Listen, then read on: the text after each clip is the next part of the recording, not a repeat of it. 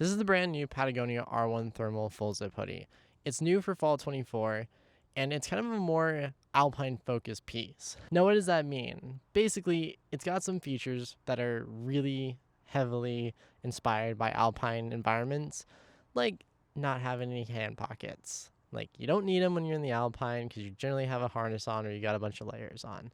This is kind of a stripped back, minimal-esque mid layer, but it still performs really good. It's a really high performing mid layer.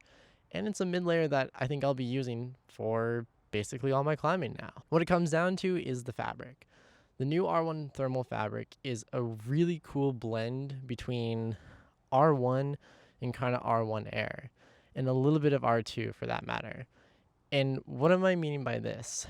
It has the breathability of R1 Air, but it's not the hollow zigzag core. But it's got a grid, but it's not like R1 where you had the big grids and the gaps in between. It kind of just, it's a really unique fabric. And this fabric is really good because it's breathable and it's durable and it's warm. I've been able to put this material to the test within some other pieces, but based on how those pieces performed, I have really high expectations for how this one should perform.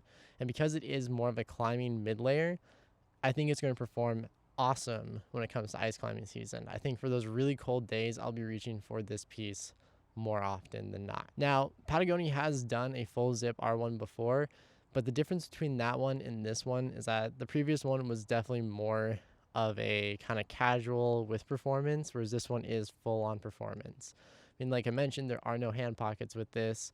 You do get 2 chest pockets, which is nice because obviously if you had a harness on, you wouldn't be able to access your hand pockets. So having 2 chest pockets is really nice. You have thumb loops that keep the sleeve up where you need it to be, and you have a under the helmet style hood. It's kind of the scuba style hood that a lot of R1s do, so it's kind of tight fit. It's not the prettiest looking hood, but it keeps you warm, and that's what's important. So overall, I don't have a whole lot of time in this piece, and as the season kind of progresses and we're getting into fall and getting into winter, I'll be wearing this piece a lot more. But if you have any questions on this piece, feel free to leave a comment. I can hopefully answer it. And as I mentioned, I don't have a whole lot of time, but as I get more time in this, I'll be able to answer more and more questions.